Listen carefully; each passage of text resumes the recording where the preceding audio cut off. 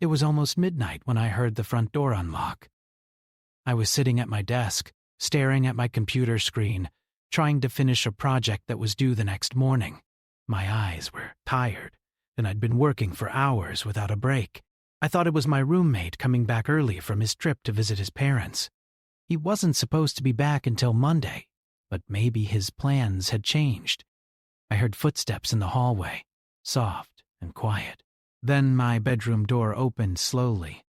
I turned around, expecting to see my roommate, but instead, there was a woman standing in the doorway. The light from the hallway behind her made it hard to see her face clearly at first. My heart jumped. For a second, I didn't know what was happening. Then, I recognized her. It was my roommate's younger sister. I'd met her a few times over the past 3 years. She'd come over for holidays and birthday parties. We'd had some conversations here and there, mostly small talk about work and life. But we weren't close. We were just people who knew each other through someone else. She stood there for a moment, not saying anything. That's when I noticed something was wrong. Even in the dim light, I could see her face. Her makeup was smeared. There were dark streaks running down her cheeks. Her eyes were red and puffy. She'd been crying, and from the looks of it, she'd been crying for a while. Before I could say anything, before I could even ask if she was okay, she stepped into my room. She kicked off her shoes by the door. Then she took off her jacket and dropped it on the floor. I sat there, frozen, completely confused about what was happening. My mind was racing with questions, but I couldn't get any words out. She walked straight to my bed and collapsed onto it. Not in a dramatic way, but like someone who had been standing for too long and couldn't stand anymore. She curled up on her side, pulled her knees close to her chest, and just lay there. I could hear her breathing, heavy and shaky. I finally found my voice. "Hey, are you okay?" What's going on? My words came out awkward and uncertain. I didn't know what to do. Should I leave the room? Should I call someone? Should I try to comfort her? She didn't answer right away. She just lay there, and then the crying started again. Not loud sobbing, but quiet tears that seemed to come from somewhere deep inside. I stood up from my desk chair, still unsure of what to do. I took a step toward the bed, and that's when she reached out and grabbed my arm. She pulled herself up slightly, and before I knew what was happening, she had moved closer and rested her head against my chest. I was sitting on the edge of the bed now, and she was leaning against me, crying into my shirt. I could feel the wetness of her tears soaking through the fabric. My arms hung awkwardly at my sides. I didn't know if I should hug her or what the right thing to do was. After what felt like forever, but was probably only a minute, I slowly put one arm around her shoulder. It felt like the human thing to do. She was clearly going through something terrible, and she'd come here for a reason. I didn't need to understand everything right away. I just needed to be there. We sat like that for a long time. Her crying would stop for a bit, then start again. I didn't push her to talk. I figured she would explain when she was ready. The room was quiet except for the sound of her breathing and the occasional car passing by outside. Finally, she lifted her head a little and wiped her eyes with the back of her hand. Her voice was rough and broken when she spoke. "I'm sorry. I didn't know where else to go." I told her it was okay, that she didn't need to apologize. I asked her what happened, if she was hurt, if she was in danger. She shook her head and said she wasn't in physical danger, but something bad had happened tonight, something that had turned her whole world upside down. She started to tell me, her words coming out in pieces between deep breaths. She'd been at dinner with her boyfriend. No, not boyfriend, her fiancé. They'd been together for 4 years. They were supposed to get married in 6 months. Everything was planned. The venue was booked. The invitations were ordered. Her dress was hanging in their closet at home. Tonight, during dinner, his phone kept buzzing. He kept ignoring it, but she could see he was getting nervous. When he went to the bathroom, she did something she'd never done before. She looked at his phone. She didn't want to be that person, the one who snoops and doesn't trust. But something in her gut told her to look. What she found destroyed everything. Messages from another woman. Lots of them. Going back months. They weren't just friendly messages. They were the kind of messages you send to someone you're in a relationship with. Personal messages. Intimate messages. Messages that made it clear this wasn't just a one-time mistake. When he came back to the table, she confronted him, right there in the restaurant. She showed him his own phone. He tried to explain, tried to minimize it, tried to say it wasn't what it looked like. But it was exactly what it looked like. The fight that followed was ugly. People in the restaurant were staring. She didn't care. She just wanted answers, and all he could give her were excuses. She left the restaurant and got in her car. She drove around for hours, not knowing where to go. She couldn't go back to their apartment. It was his apartment, technically. His name was on the lease. All of their things were there together, all mixed up, their lives intertwined in ways that would take time to untangle. She couldn't face that tonight. She couldn't face sleeping in the bed they shared, surrounded by all the plans they'd made. She thought about going to her parents' house, but she couldn't handle their questions tonight. She couldn't handle their concern and their anger on her behalf. She'd have to tell them eventually, but not tonight. Not when everything was still so raw and fresh. She thought about calling her brother, my roommate, but he was away, and she didn't want to ruin his weekend. She'd tell him soon, but again, not tonight. Then she remembered he'd given her a spare key to our apartment for emergencies. He'd given it to her years ago and told her if she ever needed anything, if she was ever in trouble, she could come here. This felt like an emergency. This felt like trouble. So she drove here, let herself in, and found her way to what she thought was the guest room. But it was my room. She apologized again for barging in, for breaking down like this, for dumping all of this on me. I told her again not to apologize. I couldn't imagine what she was going through. Finding out someone you love, someone you were planning to spend your life with, had betrayed you like that. The pain must have been overwhelming. I got up and grabbed a box of tissues from my desk and handed it to her. She took a few and wiped her face, though it didn't help much. The tears kept coming. I asked if she wanted some water, and she nodded. I left the room for a minute and came back with a glass of water and some crackers, thinking maybe she hadn't eaten. She drank the water slowly, and we sat there in silence for a bit. The clock on my wall showed it was already past 1 in the morning. I realized my roommate wouldn't be back until Monday. That meant she and I would be here alone for the next day and a half. I wondered if she realized that too. Part 2, I offered to let her have my bed, and said I'd sleep on the couch in the living room. It seemed like the right thing to do. She was going through something traumatic, and she needed comfort and rest. But she refused immediately. She said she couldn't kick me out of my own bed. She said she'd just stay for a little while longer, get herself together, and then leave. I told her she didn't need to leave. Where would she go at this hour? She couldn't go back to that apartment tonight. She agreed, but still insisted she wouldn't take my bed. We went back and forth like this for a few minutes until we reached a compromise. I'd sit in my desk chair for a while, and she could rest on the bed. If she fell asleep, we'd figure out sleeping arrangements later. So that's what we did. She lay back down on the bed, and I sat in my chair, turning it to face her. The room felt strange. I'd never had someone in my space like this before. My room was my private place, and now here was someone I barely knew, lying on my bed, sharing the most painful moment of her life with me. At first, neither of us said anything, but then she started talking again. Not about the betrayal this time, but about her relationship in general. She talked about how they'd met in college, how he'd been her first serious boyfriend, how she thought they were building a life together. She talked about all the small signs she'd ignored over the past few months. He'd been distant. He'd been spending more time at work. He'd been protective of his phone in a way he'd never been before. She said she'd convinced herself it was just stress from his job. She'd made excuses for him because she didn't want to believe something was wrong. She felt stupid now for not seeing it sooner.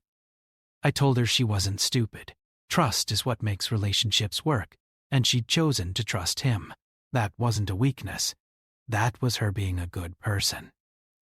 We talked for another hour, maybe more.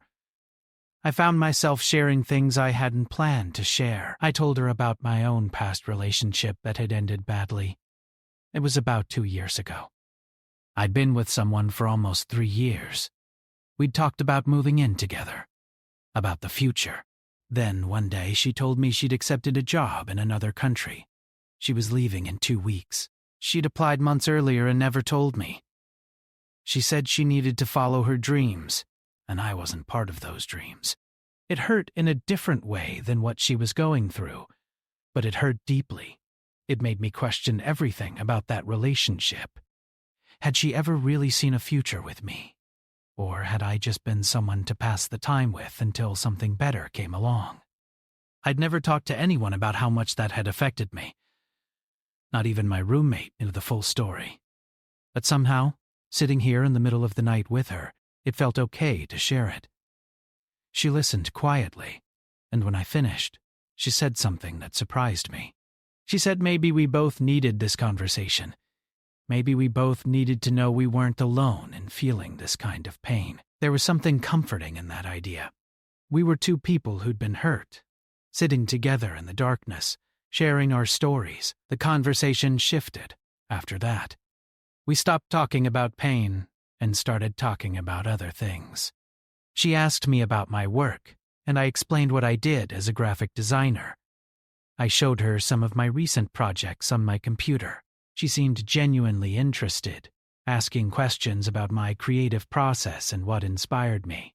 I asked her about her life, and she told me she'd always wanted to be a photographer. She'd studied it in college and had been pretty good at it, but when she and her fiancé had started getting serious, he'd encouraged her to get a more stable job. Photography was a hobby, he'd said, not a career. So she'd taken a job in an office doing administrative work. It paid the bills and gave her weekends free to support him in his career. But she'd stopped taking photos altogether. Her camera had been sitting in a closet for 2 years. I asked her why she'd given it up so completely. She thought about it for a moment and said she guessed she'd stopped believing in herself. If the person who was supposed to love her most didn't think her dreams were worth pursuing, maybe they weren't. Hearing her say that made me sad. I could hear the regret in her voice. I told her it wasn't too late. She was young. She could pick up that camera again. She could start taking photos again. Maybe this terrible thing that had happened could also be an opportunity to rediscover parts of herself she'd lost. She smiled a little at that. It was the first time I'd seen her smile all night. It was small and sad, but it was there. She said maybe I was right. Maybe this was a chance to start over, to figure out who she was outside of that relationship. We kept talking as the night went on. We talked about our fears and our hopes. We talked about the things we wanted to do with our lives but had been too scared to try. We talked about places we wanted to visit and books we'd read and movies that had made us cry. It was the kind of conversation you have when time doesn't matter anymore, when you're in that strange space between one day ending and another beginning. Somewhere around 3 a.m, I noticed her words were getting slower. Her sentences would trail off, and she'd pause for longer and longer periods. She was fighting sleep, trying to stay awake to keep talking, but exhaustion was winning. Finally, mid-sentence, she stopped talking altogether. Her breathing became deep and steady. She'd fallen asleep. I sat there watching her for a moment, making sure she was really asleep. Then I stood up quietly and grabbed a blanket from my closet. I laid it over her gently, trying not to wake her. She shifted slightly but didn't open her eyes. I went back to my desk chair and sat down, realizing how tired I was, too. Part 3, I must have fallen asleep at some point because the next thing I knew, sunlight was streaming through my window. My neck was stiff from sleeping in the chair and my back ached. I blinked a few times, trying to remember where I was and why I wasn't in my bed. Then I saw her sitting on the edge of the bed, and everything from the night before came rushing back. She looked better than she had last night, but not by much. Her face was still puffy from crying, and her hair was messy. She was staring at her phone with an expression I couldn't quite read. When she noticed I was awake, she looked up quickly, and I could see the embarrassment on her face. She started apologizing immediately. She was so sorry for barging in, for breaking down, for falling asleep in my bed, for taking up my whole night. The words tumbled out quickly, like she'd been rehearsing them while waiting for me to wake up. I stopped her and told her again that she didn't need to apologize. I was glad she'd felt safe enough to come here. I was glad I could be there for her, even if all I did was listen. I asked if she wanted coffee, and her face lit up a little. Coffee sounded good, she said. We went to the kitchen together, and I started making coffee while she sat at the small table. The apartment felt different in the daylight, less intimate somehow, more real. Last night had been like existing in a bubble where normal rules didn't apply, but now it was morning, and we had to figure out what came next. While the coffee was brewing, I made some toast. She said she wasn't hungry, but I put a plate in front of her anyway. She picked at it slowly, taking small bites. I could see her phone on the table, and it kept lighting up with notifications. She'd glance at it, then look away. Finally, I asked if everything was okay. She sighed and turned the phone so I could see the screen. 47 missed calls. Too many text messages to count. Most were from her ex-fiancé, but some were from her brother. She said she hadn't responded to anyone yet. She wasn't ready. She didn't know what to say. I suggested she should at least let her brother know she was safe. He was probably worried. She nodded and picked up her phone. She typed out a short message saying she was staying at his apartment and needed some time, but was okay. She didn't give any details. A few seconds after she sent it, her phone rang. It was her brother. She looked at me, panicked, like she was asking permission to answer. I nodded and stepped out of the kitchen to give her privacy. I could hear her voice from the living room, quiet and careful. She was giving her brother the basic facts, but not the emotional details. Yes, she'd broken up with her fiancé. Yes, she'd found out he was cheating. No, she didn't want to talk about it in detail yet. Yes, she was really okay. No, he didn't need to come back early. She just needed some space to figure things out. The call lasted maybe 10 minutes. When she came into the living room, she looked relieved but also exhausted. Her brother had been understanding. He'd been angry on her behalf, but respected that she needed time. He told her she could stay at the apartment as long as she needed. He also wanted to talk to me, she said. She handed me the phone. Her brother and I had a quick conversation. He thanked me for being there for his sister. He asked if I was okay with her staying for a few days. I told him it was completely fine. He said he owed me one, and we'd talk more when he got back. I could hear the concern in his voice, but also trust. He trusted me to look after her, and I took that seriously. After I hung up, we sat together on the couch. The question hung in the air between us, what now? She couldn't go back to that apartment, at least not yet. All her things were there, her clothes, her belongings, her life. But she couldn't face walking into that space right now. She couldn't face seeing him.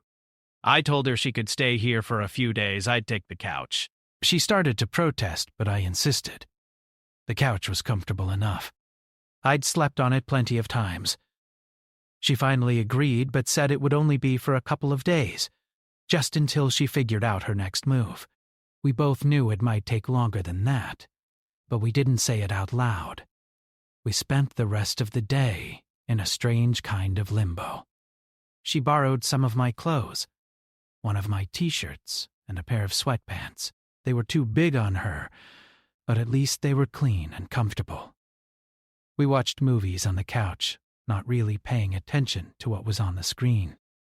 We ordered food because neither of us felt like cooking.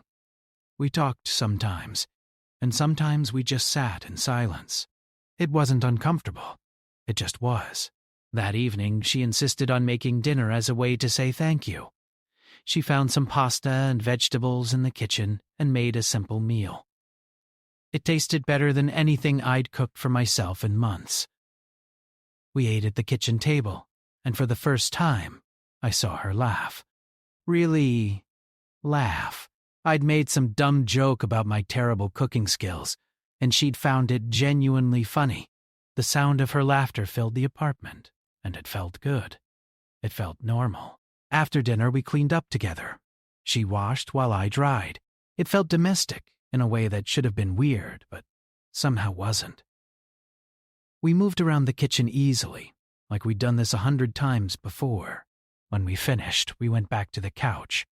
She put her feet up, and we talked late into the night again. Not about painful things this time, but about lighter topics. Funny stories from our childhoods. Embarrassing moments. Dreams we'd had when we were kids about what we'd be when we grew up. She told me she'd wanted to be a wildlife photographer and travel the world. I told her I'd wanted to design video games. We'd both ended up in different places than we'd imagined, but that was okay. Life had a way of taking you on unexpected paths. Sometimes those paths were better than what you'd planned. Sometimes they weren't. But they were yours. Part 4. The next few days fell into a rhythm that surprised both of us. She'd wake up on the couch in the morning, and I'd already be making coffee. We'd have breakfast together, usually just toast or cereal, nothing fancy. Then I'd go into my room to work, and she'd sit at the kitchen table with her laptop, looking at job listings and apartment options. She couldn't stay where she was. That was clear. Even if her name had been on the lease, too many memories were tied to that place. She needed a fresh start, but finding a place in the city on short notice wasn't easy, especially when she was emotionally drained and couldn't bring herself to look at more than a few listings at a time. I'd take breaks from work to check on her. Sometimes she'd be crying quietly, scrolling through photos on her phone. Wedding planning photos, pictures of them together, pictures of a future that no longer existed. Other times, she'd be determined and focused, making lists and sending emails. Her mood shifted throughout the day, and I learned to read it, to know when she needed company and when she needed space. In the afternoons, we started going for walks. She said she needed to get out of the apartment, needed fresh air and movement. We'd walk through the neighborhood for an hour or more, not really going anywhere in particular. She'd point out interesting things. An old building with unique architecture, a tree with strange twisted branches, a street cat that looked like it owned the whole block. I realized she was seeing the world like a photographer again, noticing details most people walked right past. One afternoon I suggested she bring a camera on our walk. She said she didn't have one. Hers was back at the apartment, and she wasn't ready to go get it. So I let her use my phone's camera. At first she was hesitant, saying phone cameras weren't the same, but eventually she started taking pictures, just a few at first, then more and more. I watched her face change when she was looking through the lens. She became more present, more alive. That evening she showed me the photos she'd taken. They were beautiful. Simple everyday scenes transformed into something meaningful through her perspective. A shadow on a wall, light filtering through leaves, an old woman sitting on a bench, feeding pigeons. I told her these were really good, that she had a real talent. She blushed and said they were just snapshots, nothing special, but I could see she was pleased. Evenings became our time to really talk. After dinner, we'd end up on the couch, and the conversations would flow naturally. She told me more about her life, about the dreams she'd put aside. I told her about mine, about how I'd been playing it safe for years, taking steady clients and steady paychecks instead of pursuing the creative projects that really excited me. She asked why I'd stopped taking risks. I thought about it and realized I'd been afraid of failing, afraid of putting myself out there and being rejected. My ex-girlfriend leaving had reinforced that fear. If I didn't try, I couldn't fail. If I didn't want anything too badly, I couldn't be disappointed. She understood that completely. She said she'd been doing the same thing, making herself smaller, wanting less, expecting less. It was safer that way, but safe wasn't the same as happy. We both knew that now. One night, almost a week after she'd first arrived, we were talking about childhood memories when she suddenly got quiet. I asked what she was thinking about. She said she'd just realized that in all the hours we'd spent talking, she felt more seen and understood than she had in years. Her fiancé had known facts about her, but he hadn't really known her. Not the way someone truly knows another person. I told her I felt the same way. These conversations, this time together, it meant something. I stopped myself there, not sure if I should say more. There was something growing between us, something neither of us had intended or expected. But the timing was all wrong. She was healing from a devastating betrayal. She was vulnerable. I didn't want to take advantage of that or complicate her healing process. She seemed to sense what I was holding back. She looked at me directly and said we should talk about it. About what was happening between us. I agreed, my heart beating faster. She said she felt it too. This connection. This pull toward each other. But she also knew she wasn't ready for anything. She needed to figure out who she was on her own first. Outside of any relationship. I told her I understood completely. I cared about her, but I cared about her well-being more. She needed time and space to heal. We both agreed we'd maintain boundaries. We'd be friends. We'd support each other, but nothing more. At least not now. The relief and disappointment I felt were equally strong. Relief that we'd been honest. Disappointment that we couldn't explore what was clearly there. But it was the right decision. We both knew it. The next day, everything changed again. There was a knock at the door in the late afternoon.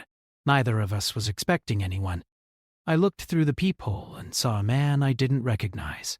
I asked who it was, and he said he was looking for her. Used her full name. My stomach dropped. I opened the door part way, and that's when I knew. This was him. Her ex-fiancé. He looked tired and desperate. He asked if she was there. Before I could answer, she appeared behind me. She'd heard his voice. The conversation that followed was tense and uncomfortable. But he wanted to talk to her. He'd been trying to reach her for days. He needed to explain. He wanted to fix things. She told him there was nothing to fix. It was over. He'd made his choices, and now she was making hers. He tried to argue, tried to convince her that it was a mistake, that the other woman didn't mean anything. She cut him off. Even if that were true, which she didn't believe, it didn't matter. The trust was broken. The future they'd planned was built on lies. There was no going back from that. He looked at me then, really looked at me for the first time. I saw suspicion and anger in his eyes. He asked if something was going on between us. If that was why she was staying here. She told him firmly that I was just her brother's roommate, someone who'd helped her when she had nowhere else to go. She told him this had nothing to do with anyone else. This was about what he'd done. He stood there for another moment, like he wanted to say more, but no words came. Finally, he turned and left. We closed the door and she leaned against it, shaking. Not crying this time, just shaking from the adrenaline and the finality of it all. I stood near her, ready to offer support if she needed it, but giving her space to process. After a few minutes, she pushed off from the door and looked at me. She said thank you for standing there with her, for not leaving her alone to face him. I told her she never had to thank me for that. We were in this together, whatever this was. That night, she cried again, but differently. These were tears of release, not just pain. She was letting go of 4 years of her life. letting go of the person she'd thought she would be. It was necessary grief, the kind that clears space for something new to grow. Part 5. 2 weeks after she first walked into my room that night, she had good news. She'd found an apartment. It was small, just a studio, but it was in a nice neighborhood with good light. Perfect for a photographer, she joked. She'd also gotten a job offer. Not her dream job, but a decent position at a marketing firm that encouraged creative side projects. They'd seen her portfolio and specifically mentioned they liked her eye for composition. Things were falling into place for her. She was ready to move forward. We both knew what that meant. It was time for her to move out, to start this new chapter of her life. I helped her pack up the few things she'd accumulated over the 2 weeks, some clothes she'd bought, some toiletries, a notebook where she'd been writing down her thoughts and plans. The day she moved, I drove her to her new place. It was on the 3rd floor of an old building with character, exposed brick walls and large windows. It was empty except for a few pieces of furniture the previous tenant had left behind. A bed frame, a small table. She'd have to buy more furniture gradually, but it was a start. We carried up her bags and a few boxes I'd helped her pack. It didn't take long. She didn't have much. Standing in the empty apartment, I felt the weight of the moment. This was goodbye, in a way. Not forever, but goodbye to the strange intimacy of the past 2 weeks. Goodbye to late-night conversations and shared meals and existing in each other's space. She must have felt it too because she turned to me with tears in her eyes. Happy tears, she insisted. She was grateful for everything. For the safety I'd provided, for the listening, for the honesty, for helping her remember who she was. She said these 2 weeks had changed her life in ways she was still understanding. I told her I was grateful too, that she'd reminded me that taking risks was worth it, that being vulnerable with another person was worth it. That life was too short to play it safe all the time. We hugged, and it lasted longer than a casual goodbye hug. When we pulled apart, we both knew we were feeling more than we were saying. But we'd made our agreement. She needed time. I respected that, so I told her to call if she needed anything, and I left. Walking back to my car, I felt a mix of emotions I couldn't quite name. Happy for her, sad for me. Hopeful about what might be. Realistic about what probably wouldn't be. Life went back to normal after that. My roommate came home and asked how everything had gone. I gave him the basics, but kept the deeper parts private. Those conversations belonged to me and his sister. She texted me occasionally over the next few months, updates about her apartment. Photos she'd taken, funny things that had happened at work. I'd respond, keeping things friendly and supportive but not pushing for more. 6 months passed. 6 months of me focusing on my own life, taking some of the risks we'd talked about. I'd pitched for bigger clients, more creative projects. Some had said yes, some had said no, but I was putting myself out there again and it felt good. One Saturday I saw an ad for a photography exhibition at a local gallery. The featured photographer's name caught my eye. It was her. The exhibition was called Spaces Between and featured photographs of empty rooms at different times of day, exploring light and shadow and the stories spaces tell even when no one's in them. I went that evening. The gallery was crowded with people holding wine glasses and looking at the large prints on the walls.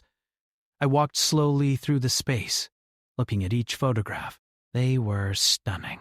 Each one told a story. A bedroom at dawn with rumpled sheets suggesting someone had just left. A kitchen at noon with a single coffee cup on the counter. A living room at dusk with a book face down on the couch. I was standing in front of one particularly beautiful image when I heard her voice behind me. She said she'd hoped I'd come, but wasn't sure if I'd see the announcement. I turned around, and there she was. She looked different, more confident. Her hair was shorter. She was wearing clothes that seemed more her than the outfits I remembered from before. She'd grown into herself. We hugged, and this time it was easy and comfortable. No heavy goodbye. Just genuine happiness at seeing each other. She asked what I thought of the exhibition. I told her honestly that it was incredible. She'd captured something real and human in these images. She blushed and thanked me, said I'd been part of the inspiration. Those weeks in my apartment had taught her to see spaces differently, to see the stories in everyday moments. We left the gallery together and went to a coffee shop nearby. We talked for hours, catching up on the past 6 months. She told me about her new life, how therapy had helped her process everything, how she'd reconnected with old friends, how photography was becoming not just a hobby, but a real part of her identity again. She'd been getting small commercial jobs, building a client base, starting to believe she could actually make this work. I told her about my changes, too, the bigger projects I'd taken on. A trip I'd taken on a whim to a city I'd always wanted to visit, how I'd started being more honest with people about what I wanted, instead of just going along with what seemed safe. She looked at me with this smile that made my heart do something complicated. She said we'd both done the work we needed to do. We'd both figured out who we were on our own. Then she asked me a question that I'd been hoping to hear for months. She asked if I'd like to have dinner with her sometime. A real dinner, a date. I didn't even hesitate. I said yes. Absolutely yes. She laughed and said she'd been nervous to ask. I told her I'd been wanting to ask for months, but had been respecting her need for space. She said she appreciated that more than I knew. That's when she knew this thing between us could be real. Because I'd cared more about her healing than about getting what I wanted. We set a date for the following weekend. As we walked out of the coffee shop together, she stopped to take a photo of a building across the street. The evening light was hitting it perfectly. I watched her work, saw the focus and joy on her face. When she lowered her camera and looked at me, I knew this was the beginning of something good. We'd both been broken in different ways. We'd both needed time to heal. But that night in my room when she'd slipped in, dropped her clothes by the door and lay crying on my chest, had set both of us on a path we'd needed to take. Sometimes the worst moments lead to the most important changes.